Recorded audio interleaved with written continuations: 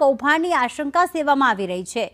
એમ્સના પૂર્વ director doctor CDS કટોચે કારસ્તાન કર્યું, જેમાં દિવ્યાંગ પુત્રને ક્લાસ 2 અધિકારી બનાવી દીધો તેવા આક્ષેપ થઈ રહ્યા છે। તેના પુત્ર 60% ડિસેબિલિટી ધરાવે છે, છતાં પુત્રને ફિટ બતાવ્યો અને ડાયરેક્ટર બતાવી દીધો। ડિસેબિલિટી છતાં એમ્સમાં અધિકારી બનાવ્યાનો આક્ષેપ કરવામાં આવી રહ્યો છે। આ પોતે ડિરેક્ટર છે અને તેના પુત્રને તેણે ક્લાસ 2 અધિકારી બનાવી દીધો છે। પુત્ર ભાવેશ કટોચ પાસે 60% ડિસેબિલિટીનું સર્ટિફિકેટ પણ છે। એમ્સની ભરતીમાં મોટા કૌભાંડની આશંકા, ભાવેશને આંચકી આવતા એમ્સમાં દવા પણ લીધી હતી। ભાવેશ 17 વર્ષથી આંચકીની દવા લેતો હોવાનો ખુલાસો થયો છે।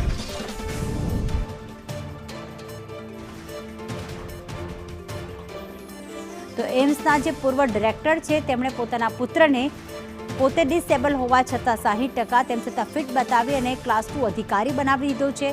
તેને આંચકી આવવાની પણ ઘટના બની હતી અને તેને એમ્સમાં દવા આપવામાં આવી હતી। ખાસ કરીને 60% દિવ્યાંગ પુત્ર છે તેને ફિટ બતાવી અને તેને અધિકારી બનાવી દીધો છે। એમ્સમાં મોટા પાયે ભરતી કૌભાંડ ખુલી શકે છે। આ મોટા કૌભાંડની આશંકા છે, જેમાં પૂર્વ ડિરેક્ટર છે ડોક્ટર CDS કટોચ, તેમણે પોતાના પુત્રને ક્લાસ 2 અધિકારી બનાવી દીધો ફિટ બતાવીને।